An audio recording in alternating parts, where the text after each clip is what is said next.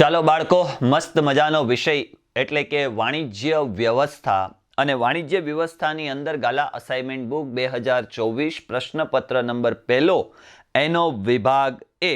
જુઓ બાળકો, ખૂબ મજા આવશે અને એમ કહેવાય કે સારામાં સારા માર્ક્સ પણ કવર કરી શકાય. તમે સંશોધનાત્મક રીતે વિચાર કરો, તમે સારી રીતે અભ્યાસ કર્યો હશે અને બહુ ડીપલી વિચાર કર્યો હશે તો તમને પેપર બહુ સરળ લાગશે. નહીતર ગમે એટલું સહેલું પેપર હશે એ પણ તમને અઘરું લાગશે. એટલે ખાસ આપણે સમજીએ અને સારી રીતે અભ્યાસ કરીએ. ચાલો, તો વિભાગ એ. નીચે આપેલ પ્રશ્ન 1 થી 20 હેતુલક્ષી પ્રકારના છે. આપેલા 4 વિકલ્પો પૈકી સાચો વિકલ્પ પસંદ કરી અને ઉત્તર લખો. તો કે 20 માર્ક્સના પ્રશ્નો છે, દરેકનો 1 ગુણ છે, એટલે આમાંથી આપણા 20માંથી કેટલા આવવા જોઈએ? 20. એક પણ માર્ક્સ કપાવવો જોઈએ નહીં. પ્રશ્ન નંબર 1, સંચાલનની સપાટીઓ કેટલી હોય છે? બહુ સરળ અને સહેલો પ્રશ્ન. સંચાલનની સપાટી કેટલી હોય? તો કે 3 સપાટી હોય. કેટલી સપાટી હોય? 3 સપાટી. એક હોય તો કે ઉચ્ચ સપાટી હોય, બીજી હોય તો કે મધ્ય અને ત્રીજી નિમ્ન. એટલે કે 3 સપાટી હોય છે. ચાલો આગળ વધીએ. પ્રશ્ન નંબર 2, સંચાલનના કાર્ય વિસ્તારો કેટલા છે? સંચાલનના કાર્ય વિસ્તારો કેટલા છે? તો કે 4 કાર્ય વિસ્તારો છે.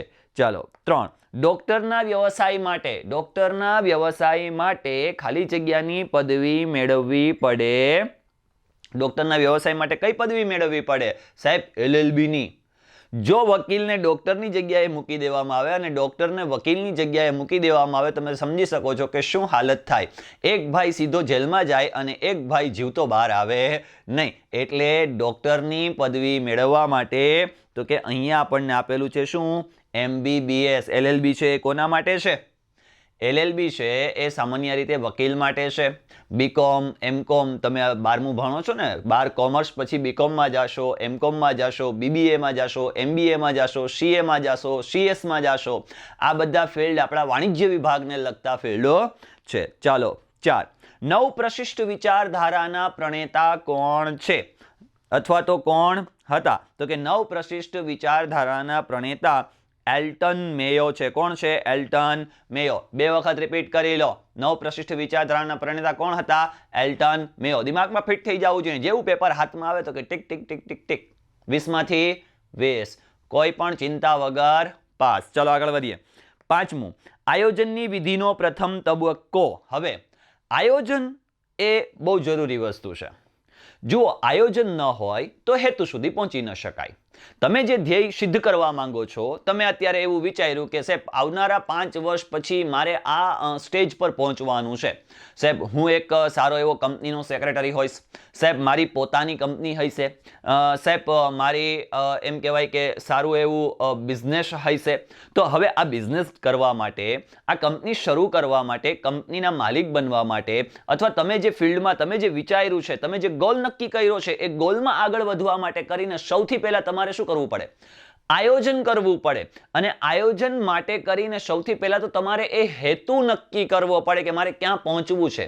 એ મુજબ આયોજન કરવું પડે. તો કે હેતુ નિર્ધારણ. ચાલો, પ્રથમ તબક્કો, આયોજનની વિધિનો પ્રથમ તબક્કો શું છે? હેતુ નિર્ધારણ.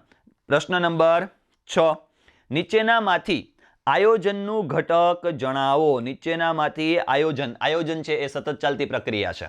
બરાબર.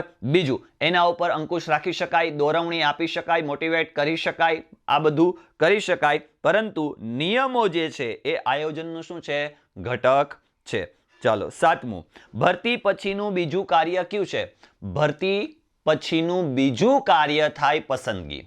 બઢતી બદલી એ જ્યારે ભરતીમાં કાર્યરત હોય, જ્યારે એના કાર્યમાં કાર્યરત હોય, એના કામમાં કાર્યરત હોય, ત્યાર પછીના આ પગથિયા છે. પરંતુ ભરતી પછીનું બીજું પગથિયું કયું કહી શકાય? તો કે પસંદગી કરવી. પસંદગી થાય પછી એમને તાલીમ આપવામાં આવે. એના પછીનો તબક્કો કહું છું, પરંતુ જવાબ શું આવશે? પસંદગી કરવી. ચાલો 8, અબ્રાહમ માસ્લોએ જરૂરિયાતનો અગ્રતા ક્રમનો સિદ્ધાંત કઈ સાલમાં રજૂ કર્યો હતો? અબ્રાહમ માસ્લોએ જરૂરિયાતોના અગ્રતા ક્રમનો સિદ્ધાંત કઈ સાલમાં રજૂ કર્યો હતો? 1943માં રજૂ કર્યો હતો. પ્રશ્ન નંબર 9, સંચાલનનું કયું કાર્ય અંકુશના જન્મદાતા તરીકે ઓળખાય છે? અંકુશ એટલે કે જો આપણે આપણા પોતાની ઉપર અંકુશ ન રાખી શકીએ ને તો આપણું જીવન કથળી જાય. આપણે જે કાર્ય કરીએ છીએ એના ઉપર આપણો અંકુશ ખૂબ જ જરૂરી હોવો જોઈએ. નહીંતર બને એવું કે ઇન્સ્ટાની રીલ જોતા હોઈએ અને 1 કલાક રીલ્સ જોઈ લીધી, 2 કલાક, 3 કલાક, 4 કલાક, વાંધો નહીં, પછો કરી લેશું, પછી ભણી લઈશું, પછી સમજી લઈશું, આવશે ત્યારે જોઈ લઈશું, પછી ફાડી તોડીને ભૂક્કા કરી નાખશું, પછી સમય આપણાને ફાડી તોડીને ભૂકો કરી નાખે, સમજી શકાય આ વસ્તુને. પરંતુ અંકુશ આપણા સ્વયં ઉપર પણ રાખવો ખૂબ જરૂરી હોય. અહીંયા શું કીધું? સંચાલનનું કયું કાર્ય અંકુશના જન્મદાતા તરીકે ઓળખાય છે? તો કે આયોજન ઉપર અંકુશ રાખવો પડે. ચલો આગળ વધીએ. પ્રશ્ન નંબર 10.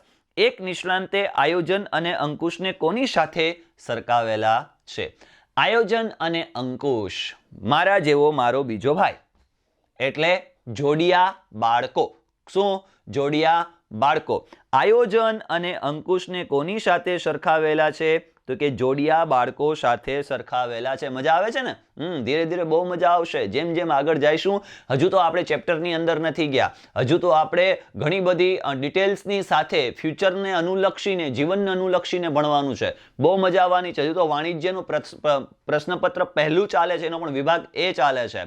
હજુ તો નામામાં જાશું, આંકડા ભણીશું, વાણિજ્ય ભણીશું, એસપીસીસી ભણીશું, ઇકોનોમિક્સ ભણીશું, ગુજરાતી પણ ભણીશું અને સાથે ઇંગ્લિશ પણ ભણીશું. બહુ મજા આવશે. તમામ વિષયો આપણે એક જ પ્લેટફોર્મ ઉપર તમને રાખી દેવાનો પ્રયત્ન કર્યો છે. ચાલો 11. મૂડી માળખાના કેટલા પ્રકારો છે? મૂડી માળખાના 4 પ્રકારો છે. કેટલા પ્રકારો છે? તો કે મૂડી માળખાના 4 પ્રકારો છે. 12. વિદેશી રોકાણ સંસ્થાએ તેની નોંધણી કોની સમક્ષ કરવી પડે છે? જુઓ, એક વિદેશી જે મૂડીરોકાણ છે એની જે નોંધણી છે એ security exchange board of India એટલે કે સેબી સમક્ષ રજૂ કરાવવી પડે છે, નોંધણી કરાવવી પડે છે. 13. ટ્રેઝરી બિલ ભારત સરકાર વતી કોણ બહાર પાડે છે? ભારત સરકાર વતી મધ્યસ્થ બેંક એટલે કે RBI, reserve bank of India. કોણ બહાર પાડે છે? તો કે આરબીઆઈ બહાર પાડે છે. ડિપોઝિટરી ધારો કયા વર્ષે અમલમાં આવ્યો? 1996. ડિપોઝિટરી યાદ આ રીતે રાખી શકાય. ડિપોઝિટરી 1996. ડિપોઝિટરી ધારો કયા વર્ષે અમલમાં આવ્યો? 1996ના વર્ષમાં અમલમાં આવ્યો. Treasury bill, reserve bank of India. Treasury bill, reserve bank of India. Depository 1996. આગળ વધીએ. પ્રશ્ન નંબર 15. ચાલો. માર્કેટિંગ મિશ્રના નીચેના પૈકી કઈ બાબતોનો સમાવેશ થતો નથી? માર્કેટિંગ મિશ્ર એટલે કે કિંમત નક્કી કરવામાં આવે, પેદાશ નક્કી કરવામાં આવે, એનું વિતરણ કરવામાં આવે ને ત્યાર પછી શું છે? તો કે પેકિંગ. પરંતુ માર્કેટિંગ મિશ્રણની અંદર જે પેકિંગ છે એ બાબતનો સમાવેશ કરવામાં આવતો નથી. પ્રશ્ન નંબર 16. ઉત્પાદક અને ગ્રાહક એટલે કે કંપની અને કસ્ટમર, કસ્ટમર અને કન્ઝ્યુમર, આ બેમાં ફરક છે. ગ્રાહક અને ઉપભોગકર્તા, આ બંનેમાં ફરક છે, જોઈશું. પરંતુ અહીંયા ઉત્પાદક, ગ્રાહક આ કયા પ્રકારની વિતરણ વ્યવસ્થા છે? તો કે ઉત્પાદકથી ગ્રાહક સુધી અને ગ્રાહકથી ઉત્પાદક સુધી, ઉત્પાદકથી ગ્રાહક સુધી માલનું વિતરણ થાય, જ્યારે ગ્રાહકથી ઉત્પાદક સુધી નાણાંનું વિતરણ થાય. હવે કેવી રીતે એ આપણે પછી ડીપમાં જઈશું, પરંતુ અહીંયા આપણે પ્રશ્નનું જે કંઈ પણ સોલ્યુશન છે એને આપણે જોઈ લઈએ. તો કઈ સપાટી? તો કે શૂન્ય સપાટીવાળી વિતરણ વ્યવસ્થા છે. જાહેર હિતની અરજી કઈ કોર્ટમાં થઈ શકે છે? જાહેર હિતની અરજી કઈ કોર્ટમાં થઈ શકે છે? ફોજદારી કોર્ટ, દીવાની કોર્ટ, જિલ્લા કોર્ટ કે સુપ્રીમ કોર્ટ? તો કે સર્વસ્વ એટલે કે સુપ્રીમ કોર્ટમાં જાહેર હિતની અરજી થઈ શકે છે. ચાલો. ગ્રાહક સુરક્ષાનો કાયદો, ગ્રાહક સુરક્ષા વાણિજ્ય વ્યવસ્થા બહુ મસ્ત. તમારા જીવનને અનુલક્ષીને તમે ક્યાંય દુકાને જાઓ છો અને ક્યાંય સાબુ ખરાબ આવી ગયો, આવે ભાઈ, શોપ ખરાબ આવી જાય, ત્યારે બિસ્કિટ ખરાબ આવી ગયા, વેફર, ચવાણા, આવું કંઈક ખરાબ વસ્તુ આવી ગઈ અને જે દુકાનદાર છે એ લેવાની ના પાડે છે, તો તમારે ક્યાં ક્યાં એને અનુસાર પગલાં લેવા, તમે શું કરી શકો એના માટે કરી, તમે તમારો હક મેળવવા માટે શું કરી શકો, આના માટે તમે એઝ અ કસ્ટમર ગ્રાહક સુરક્ષાની નોંધ લઈ શકો, એને અરજીઓ કરી શકો, ત્યાંથી તમે તમારો હક પાછો મેળવી શકો. એટલે ગ્રાહક સુરક્ષા જે કાયદો છે એ કયા વર્ષમાં પસાર કરવામાં આવ્યો હતો? 1986. ગ્રાહક સુરક્ષા 1986. ગ્રાહક સુરક્ષા 1986. પછી ડિપોઝિટરી 1996. ડિપોઝિટરી 1996. ગ્રાહક સુરક્ષા 1986. વિદેશી હુંડિયામણ માટે ડોલર. સાહેબ અમારે તો ડોલર આવે છે, ડોલર. ઇન્સ્ટામાંથી પણ અમારે ડોલરો આવે છે, યુટ્યુબમાંથી અમારે ડોલરો આવે છે, ડોલરો. આ વિદેશી જે હુંડિયામણ છે, ડોલર છે, પાઉન્ડ છે, યુરો છે, આ જે કંઈ પણ રૂપિયા છે, આ જે કંઈ પણ છે, એ વિદેશી હુંડિયામણ જે છે એના માટે ભારતમાં હાલ કયો કાયદો અસ્તિત્વમાં છે? તો કે ફેમા, ફોરેન એક્સચેન્જ મેનેજમેન્ટ એક્ટ. ચાલો, ભારતીય ચલણ રૂપિયાને કઈ સંજ્ઞા આપવામાં આવી છે? સાહેબ આ તો ખબર જ હોય ને. કઈ સંજ્ઞા? તો કે અહીંયાથી આમ, અહીંયાથી આમ, અહીંયાથી આમ. આને કહેવાય શું? તો કે રૂપિયા. આપના પૈસા, મની મની. ચાલો, કેટલા માર્ક્સના? તો કે 20 માર્ક્સના.